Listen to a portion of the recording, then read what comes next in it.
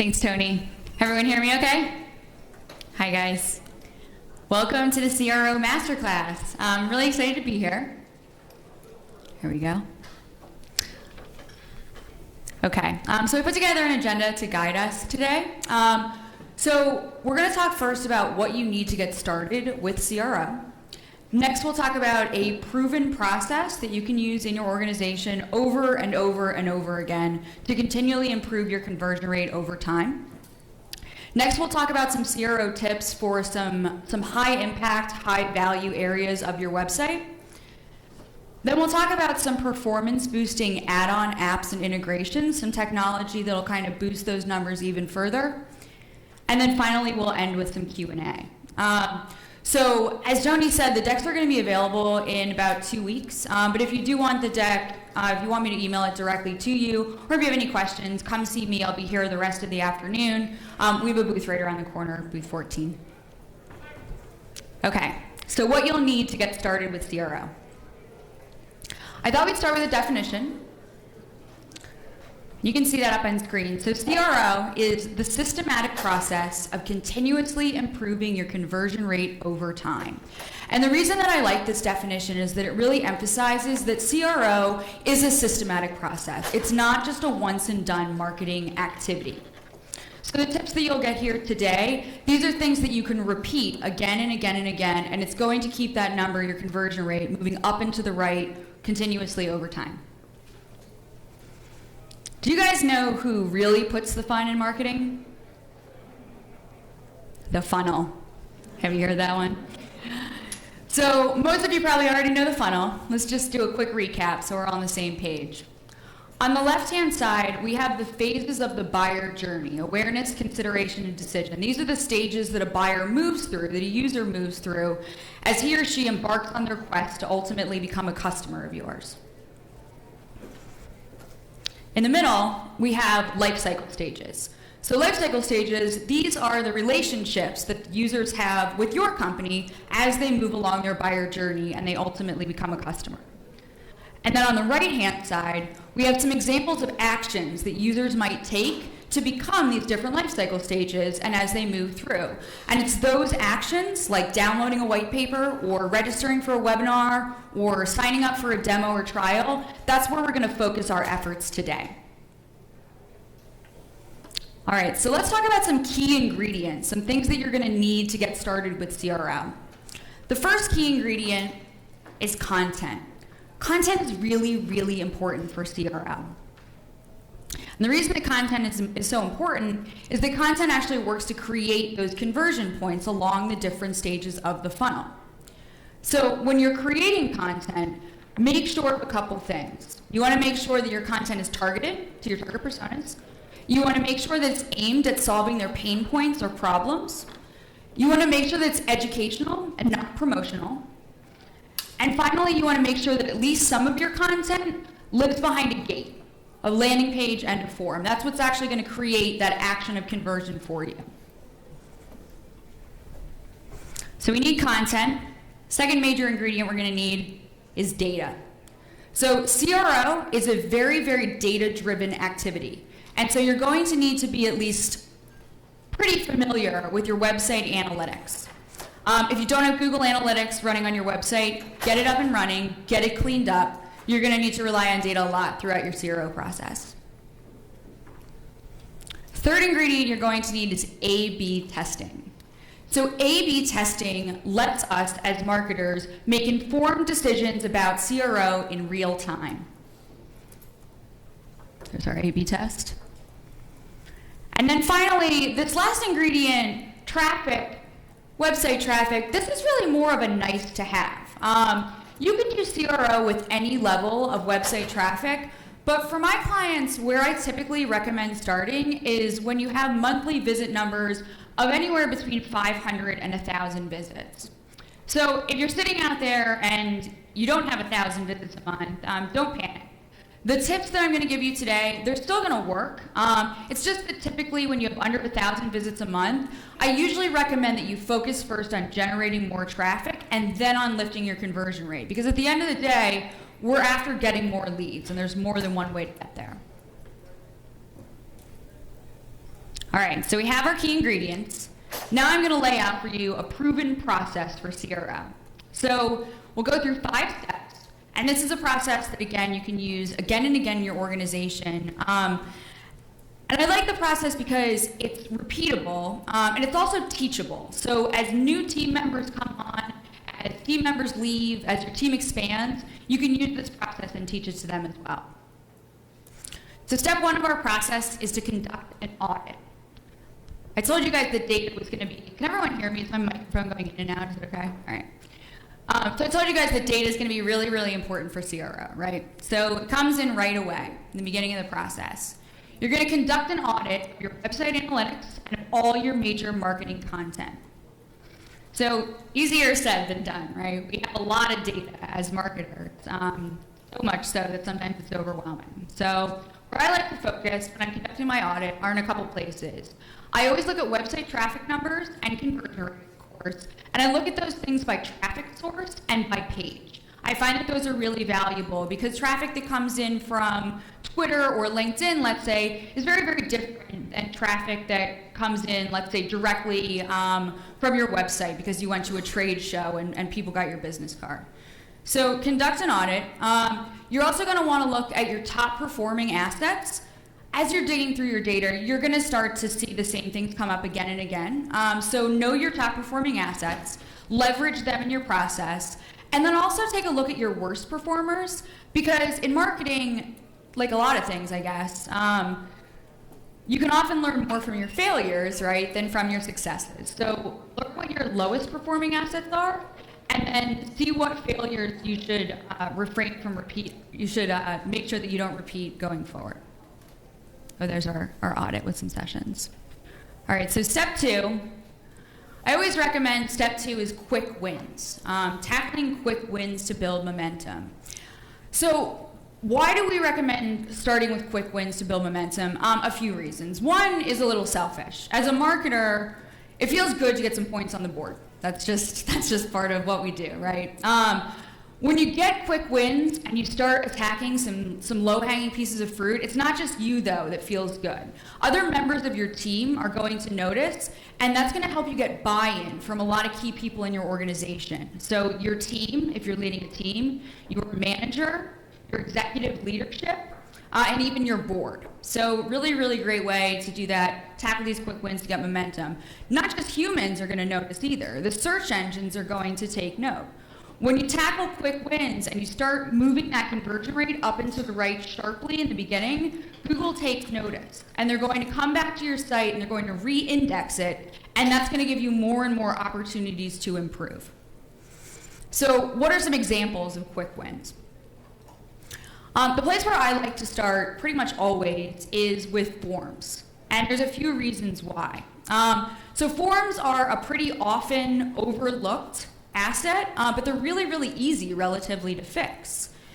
The other thing that I like about forms is that this removes a lot of subjectivity from the whole exercise. Because in general, the fewer form fields that you have, the higher your conversion rate is going to be. And so forms are a great place where you can start. So take a look at this form.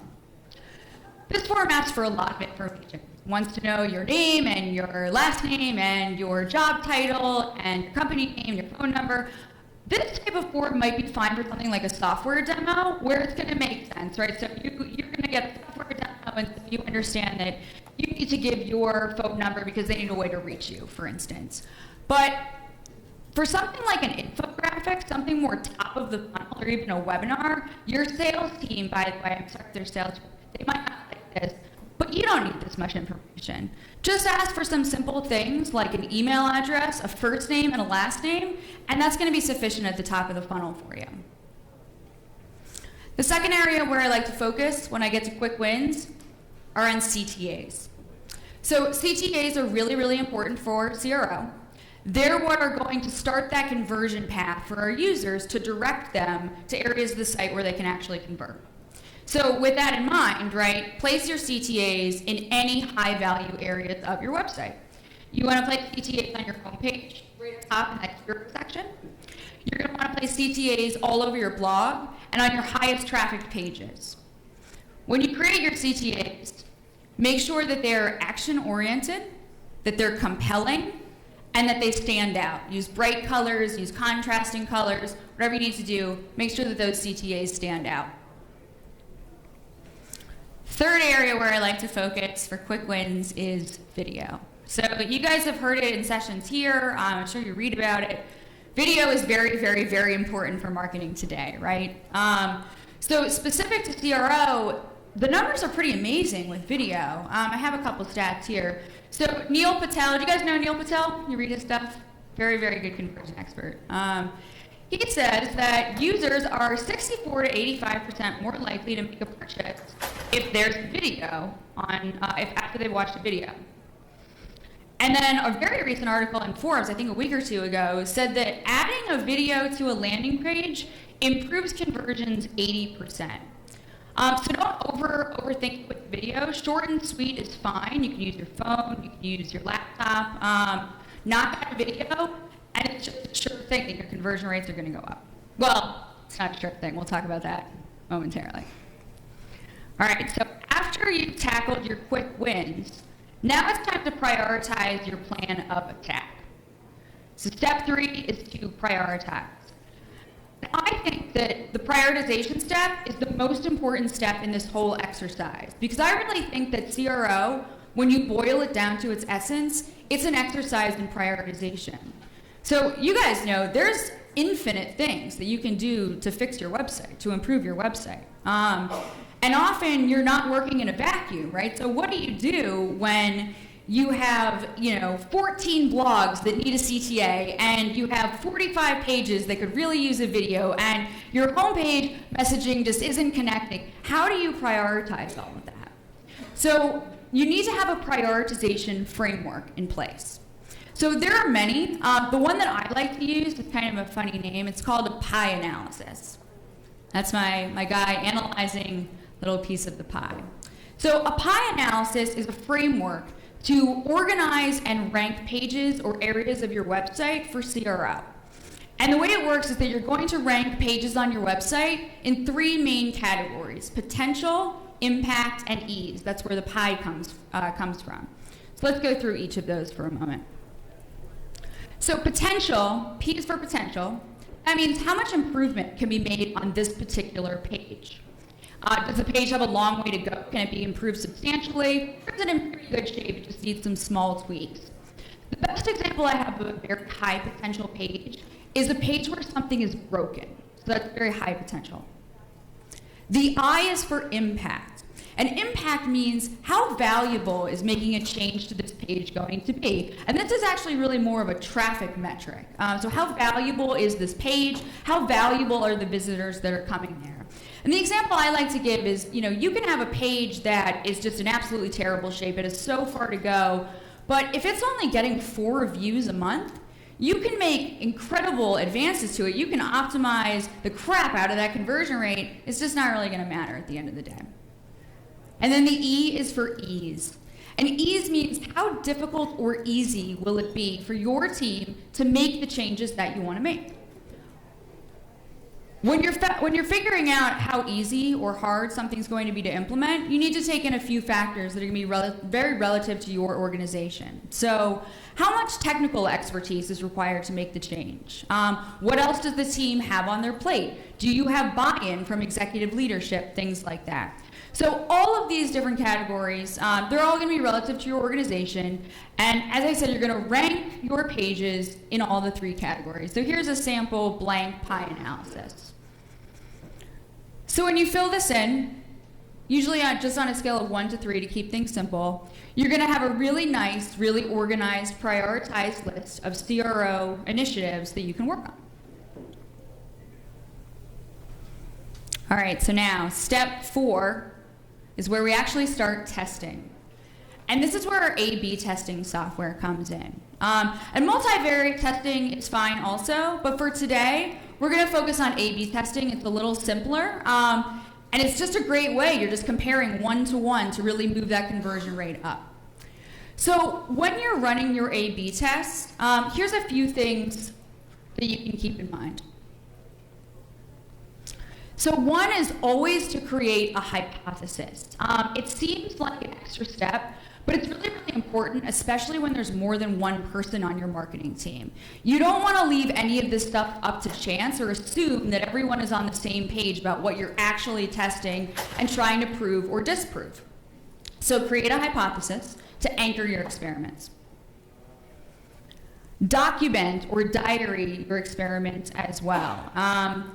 Because it's really, really easy to get disorganized as you're launching all of these A/B tests, and new priorities come in, and a team member leaves, and somebody new comes in, and they need to be onboarded. So make sure that you document your experiments in a diary or dossier or something like that. We just use Google Sheets, and that's going to help you as you go back historically, and now you'll sort of understand where these lists came from.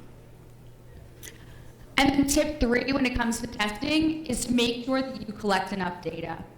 This is a big one.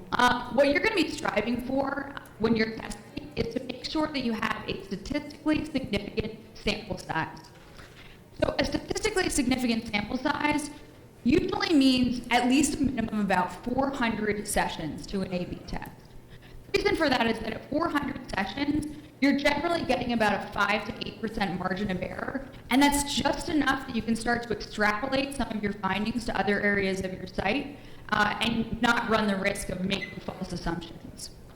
And then a final point I want to make about testing is that testing is probably the most important thing of this whole endeavor.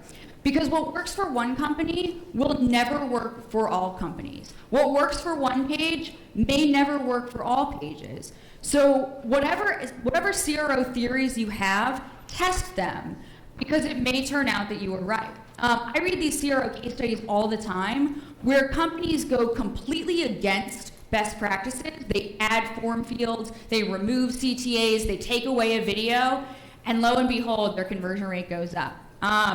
So there's general best practices, but make sure that you're testing things because you just never know. Step 5, our final step of our 5-part process, is to improve. So we learned in the beginning that CRO is a system of continuous improvement. And the way that you make that happen is by closing out your experiment. So I've seen so many clients that go to the trouble of starting these A/B tests, and they create hypotheses, and then I guess they just get busy and they don't even declare a winner, right? So make sure that you go back, you declare a winner of your A/B test once you have enough data, you return to your hypothesis and you prove or disprove it, and then you actually apply your learnings going forward. So if your hypothesis was that creating a blue CTA button instead of a red CTA button was going to get you more conversions, and it turns out you were right, now you can start to change other buttons on your website to blue in the hopes that that's going to lift your conversion rate. All right, so that's our 5-part process. Next, I wanted to give some CRO-specific tips, some CRO tips for specific pages and specific areas of your website that are high impact or high value. So we're going to talk today about your homepage, because that's the most valuable piece of digital real estate that you have. We're going to talk about your landing pages, because that's where the active conversion rate actually happens. And then we're going to talk about your blog, because that's a huge opportunity for conversion rate optimization. Just going to check on my time here. Good. Okay, homepage. So the homepage, as I'm sure you guys know, is very, very valuable. It's often, for many websites, the highest traffic page. It's usually the first impression of your brand for most people, and a lot of different groups of people are seeing your homepage. So because of that, it's both high impact and high risk. So a couple of tips that I give about CRO experiments on your homepage are just to be mindful of all the different groups that are coming there. A lot of times potential partners are coming, potential investors, candidates for jobs, other groups like that. They're going to come in, and if you're making too many changes to your homepage, that starts to create sort of a brand identity crisis, and that's not a very good look for your company. So be mindful of who's seeing it, and be careful with the experiments that you run. My next tip about the homepage, if you guys are doing CRO on your homepage over time, you're just not getting the traction that you want, it's often an issue of messaging. And so what I like to recommend to clients is that you take a step back, or a few steps back, and just make sure that your messaging is really aligned. I read a funny analogy the other day that making small CRO tweaks on a website that has misaligned messaging is akin to rearranging deck chairs on the Titanic. It's not really going to have that much of an impact in the grand scheme of things. So make sure that your messaging is on point, targeted to your personas, and make sure that, as I said, you don't change it too often, because that can kind of create sort of a brand identity crisis. All right, so tip number 3 is probably the most unpopular tip that I give about CRO on the homepage, and that's, if you're using a slider, I'm so sorry, but it's probably killing your conversion rate. As I said, every company is different. You need to test, but study after study after study shows that using a slider just kills conversion rates. You're far better off with a single message that speaks to multiple personas. That's not easy to do, but with one action you want these users to take in a clear user path. So drop out your slider if you can. Next tip on the homepage, this is true for all of your pages, but it's particularly impactful with your homepage, and that's to focus on page load speed. So page load speed, as it turns out, is really, really important to conversion rate optimization. 57% of users, that's more than half, are going to abandon your website altogether if it takes more than 3 seconds to load. That's not very long. And if you think that's not very long, look at what happens to your conversion rate after just 1.65 seconds. It starts to tank. So find out how long it takes your pages to load. There's a lot of tools you can use. Google Page Speed Index is a good one. It's free. And then work to make sure that your pages are loading quickly. And then our last tip on the home page is probably my favorite. And this is another one that you can apply to all the different pages on your website, but it's most impactful on your home page. And that's going to be to use smart content or dynamic content. So smart content or dynamic content is a very, very cool feature. It's available through some marketing automation platforms. And what it does is it actually allows you to show content differently to users depending on who they are. So content like copy or CTAs or forms, different groups of users are going to see different things depending on who they are. So let me give you some examples from the homepage. One of the most common use cases for smart content is to show a different message to new website visitors versus returning users. So the first time they go to your website, I see a message that says, "Hi, welcome to our site." But when I come back, I'm going to see something different. It's going to say, "Hi, welcome back." And if I've converted on a form, it's going to go the extra step and say, "Hi, welcome back, Meghan." That's really great because personalization fosters conversion. Another powerful example of smart content that I really like is when you're promoting a webinar, let's say on your homepage. So smart content lets you show that CTA for a webinar to everyone except people who have already signed up for the webinar. Why show it to them? They've already converted. So instead of showing them the CTA to sign up for the webinar, they'll see something different, like a CTA to download a related white paper or an infographic. And so just by virtue of showing everyone a CTA on which they haven't converted, that's a really, really great way to lift your conversion rate up. All right, next we'll talk about landing pages. So landing pages are important to CRO, of course, because that's where our conversion action takes place. So Tony mentioned I'm a HubSpot partner. I grew up in the inbound agency world, and you learn a lot of rules about landing pages. But the golden rule of landing pages is to make sure you always remove the user's navigation. The reason that we do this is to keep our user focused. We want to make sure that they're focused on a singular goal, and that goal is to convert on your form. So remove the navigation on all of your landing pages. Similarly, we're going to want to remove all links going off of the landing page. You want to keep your user super duper focused. You want to make sure that they really have no choice but just to convert on that form. Oh, and by the way, you can always return the user's navigation. Just do it after they submit the form. Do that on a confirmation page. So no navigation, no links, don't have links to other pages on your site. Definitely don't have links to other websites. Just keep your user very, very focused and where they are. The third tip I have for landing pages has to do with forms. So we already talked a little bit about forms in our quick wins, and I love to focus on forms when it comes to CRO.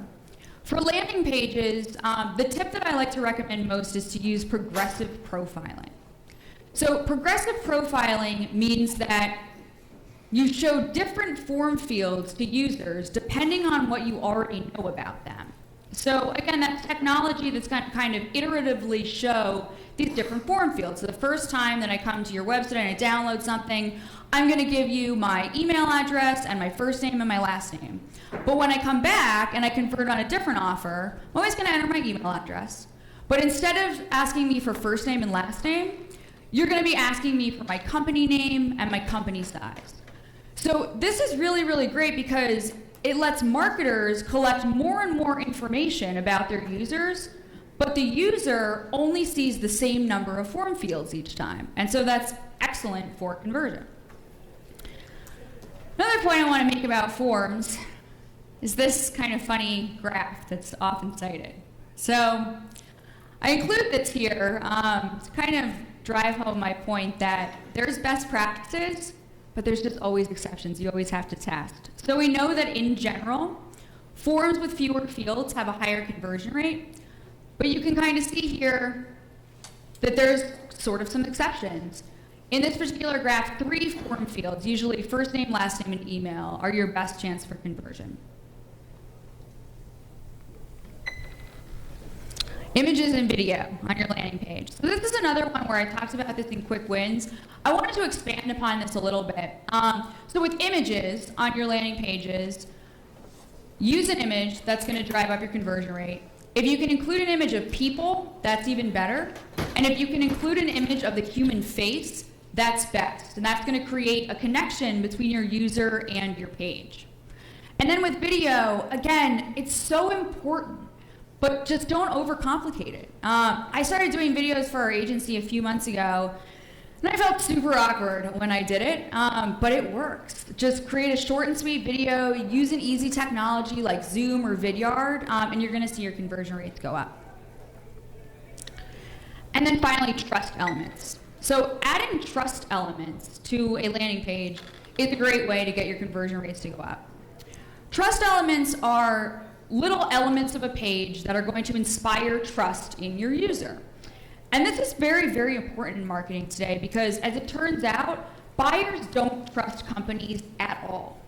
Studies say that buyers are more likely to trust the opinion of a complete stranger than they are of any company, even one that they have a relationship with. And so the way that we combat that as marketers is by adding these trust elements to our site. So you guys have seen these before, right? There's many different examples of trust elements that you can use. You can put your number of users. You can put awards that you've won. You can put publications you've been featured in. You can add a customer testimonial. On and on. These will definitely make your conversion rate go up.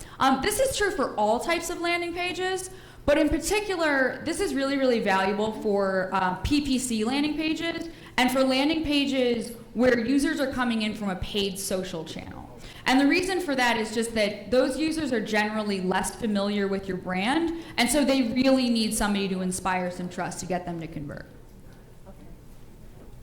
Okay, blogs. So I love CRO and blogs. It's one of my favorite areas to optimize because a blog is just such a huge opportunity for both traffic and for leads. First rule of blogging is to always make sure your content is educational. Educational content is going to outperform self-promotional content pretty much always. It's just that people don't care that much about your company. It's nothing personal. They just care about themselves. They're human beings. That's how we are. So make sure that your content is educational. Make sure that it speaks to buyers' pain points or problems, and that's going to help get you a better conversion rate. Don't waste opportunities on your blog. I see this all the time. It's amazing. The purpose of a blog, you want to be generating traffic. Sure, that's really great. But a blog is ultimately a lead generation tool. So don't create any blog posts where you don't have a CTA. To do so is just to leave an opportunity for conversion kind of out there. So make sure you have at least one CTA in all of your blog posts, and probably more than that. So CTAs and blogs, there's 4 primary places that I like to recommend that you add a CTA to your blog post to maximize your conversion rate. The first one is probably the most often overlooked, and it's really simple. It's just to put the CTA toward the top of your blog post in about the first 100 or 200 words of copy. So the idea is that you're going to give users an opportunity to convert right there when they land on the page. By aligning your CTAs with search intent, if you can dig into Google Analytics and figure out what it is that people were actually looking for when they got to your blog, by adding that kind of language into your CTA, that's going to maximize your conversion rate, especially right there at the top. So placement tip number 2 for blogs, this is probably the most common, is to have it at the end of your post, right? So have some strong contextual lead-in copy and end on a strong note. And by the way, in your strong contextual lead-in copy, studies show that if you include a reason by way of the word because, people are more likely to convert even if that reason doesn't make any sense. So give people a reason, put a CTA at the bottom of your post. Placement tip number 3 is in your blog template. So you want to have a CTA that just lives permanently in your blog template. And that's usually, for most people, to subscribe to the blog CTA. That's pretty standard. If you want to lift your conversion rate even more, make that one of those smart CTAs. So it's going to show subscribe to the blog to everyone except for those who have already subscribed. And for those people, they'll get a related offer, a white paper, an upcoming webinar, a popular infographic you have, something like that. And then placement tip number 4 is a slide-in or a pop-in CTA. So those can do really nice things for your conversion rate. We see with our clients usually about a 2 to 5% lift, but I've seen cases where these pop-in CTAs get 8 to 15% in some extreme cases. So those are your CTA tips. So here's a blog post that we did, and this illustrates some of the CTA placement that we talked about. So you can see all the way in the right-hand corner here, we have the subscribe to blog CTA. This lives in our template. It's always there. And then right there, within the first 100 to 200 words of copy, we put a CTA. When we added that CTA up at the top, our conversion rates went through the roof.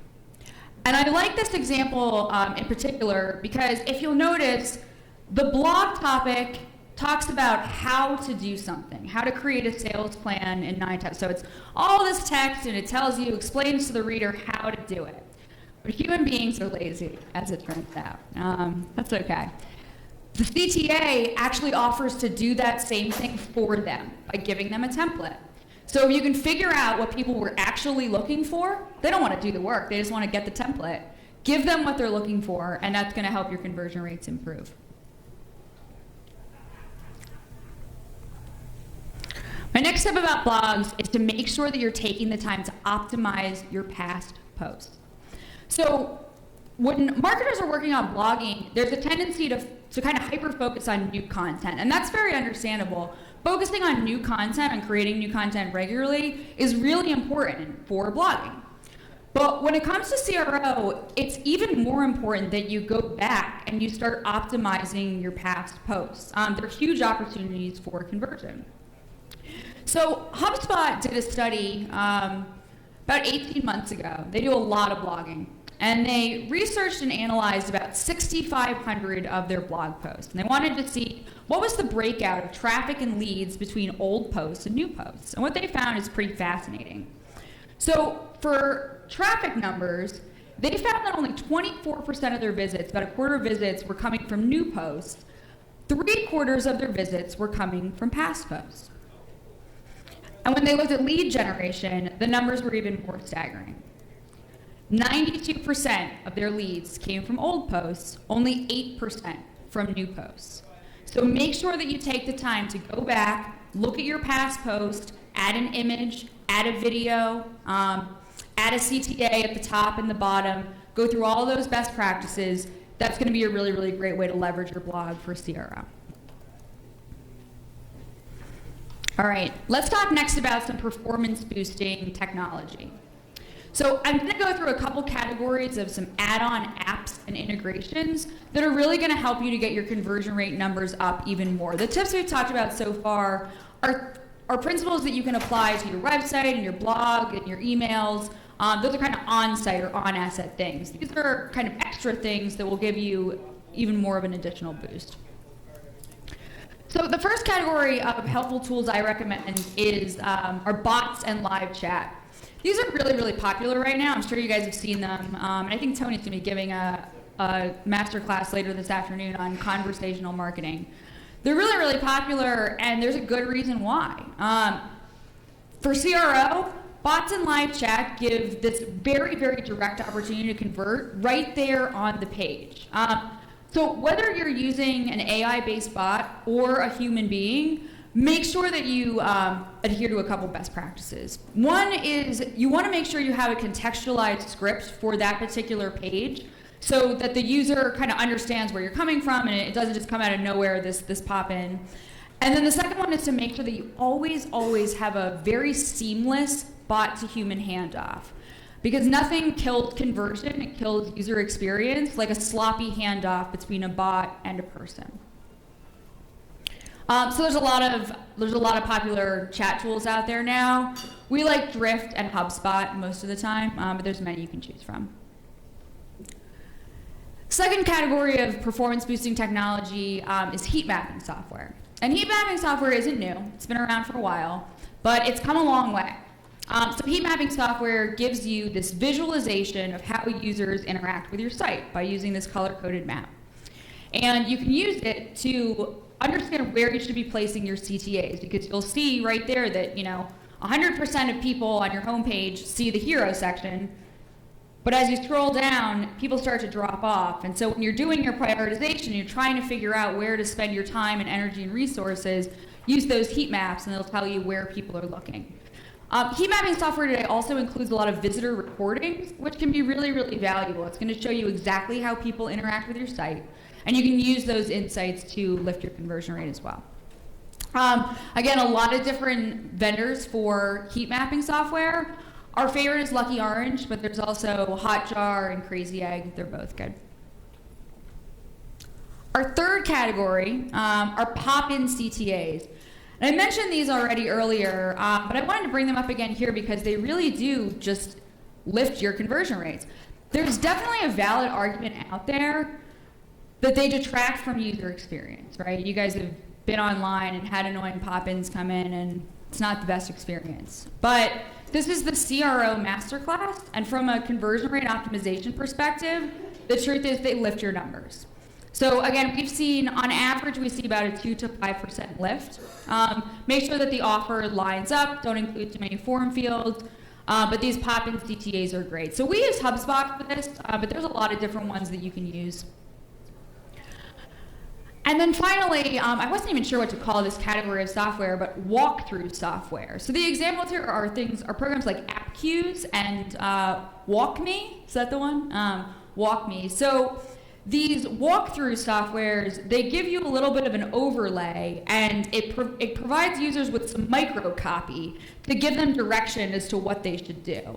So this is really great to boost your conversion rates for lead generation, but it also helps your conversion rates even through the end of the funnel for your customers. So if you're a software company and you have members or you have trials, use this walkthrough software to kind of help your users to explore the different areas of your software so they stay engaged and that they convert to customers ultimately. I think that's it that I have. So again, we'll go into Q&A now, guys. But I'll be outside at booth 14 for most of the afternoon. I'll be at the cocktail reception. So if you guys want the deck, if you want me to email it to you, I'm happy to. If you have any questions that we don't get to in Q&A for whatever reason, just see me afterwards. I'm happy to answer.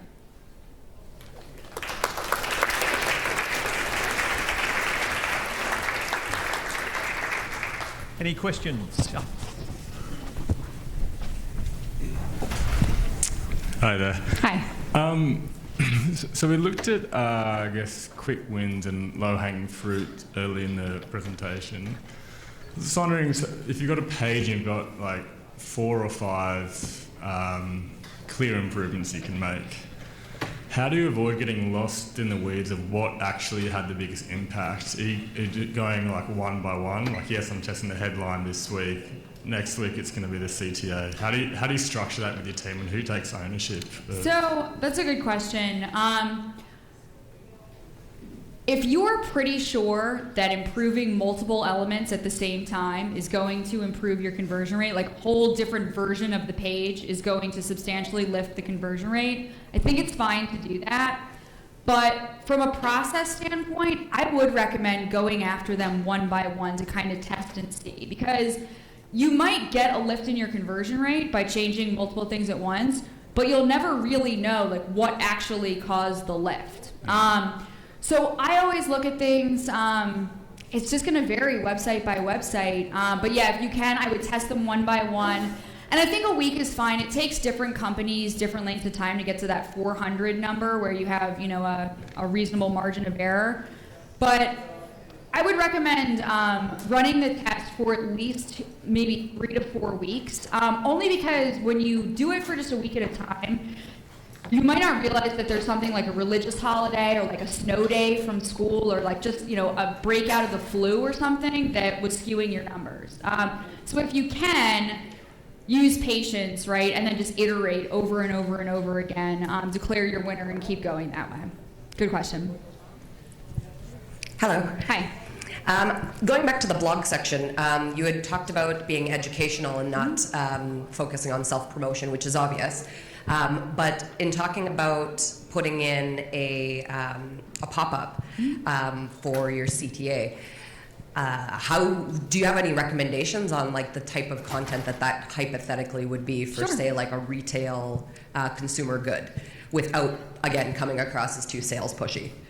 So, what type of retail? Maybe I can come up with this. Bath and body products in particular for me, but I figured I'd say retail for the broader sense for everybody else's benefit. Sure. So I mean, generally I find that the higher up in the funnel your content offer is, the higher your conversion rate is going to be. Typically, right, so our blogs are normally educational, and so because of that, they're typically at top of funnel or middle of funnel, and so you really want to align the offer type with what's there. So for something like that, you go back to target persona research, and you know it's going to be, let's say you're targeting like moms, right? So it'll be, you know, 7 ways to relax this Mother's Day, like 7 ways to make a checklist, you know, mom checklist, have the most relaxing weekend of your life, you know, something like that.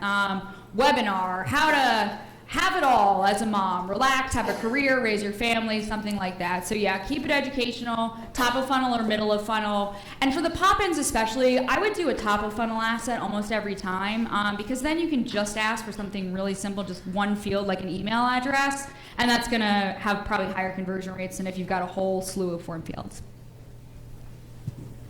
I have a couple just really quick questions. Sure. My first one is, where do you read CRO case studies? Do you have any good sites? Sure. So I like Neil Patel a lot. I mentioned him. Let's see here. Conversion XL does an excellent job. I see them on like Forbes and Entrepreneur.com, but they tend to just kind of lift the best cases out of the rest of them. Kiss Metrics is another one that's pretty good. And then HubSpot has some great ones too. And then, I hate to give credit to another agency, but Impact does a really nice job. They have a lot of content. They have some good case studies for sure. Okay, awesome. And then second question. Talking about trust elements, would testimonials be something that falls into that category? Definitely, yep. So testimonials are awesome. Written testimonials are good. If you use a written testimonial, use what they said. Their name, their title, their company, and their headshot, if you can get those things. Video testimonials are even better. So if you can get a video testimonial, that's a great way. But yeah, that's a great example of a trust element. Okay, thank you.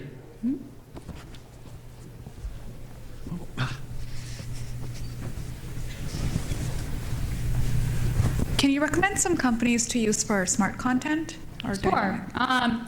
So the companies that I know of that do it, I know you can do it in HubSpot, and I know you can do it in Marketo. I don't know of too many other companies that do it. I'm a HubSpot partner, so I don't want this to come off as biased, but I'm a HubSpot partner for a reason. Their software is pretty incredible and it's very powerful, and they have a lot of free tools and trials that you can use. So I would look to HubSpot first and see if you can get a trial going and see if you can do some smart content there.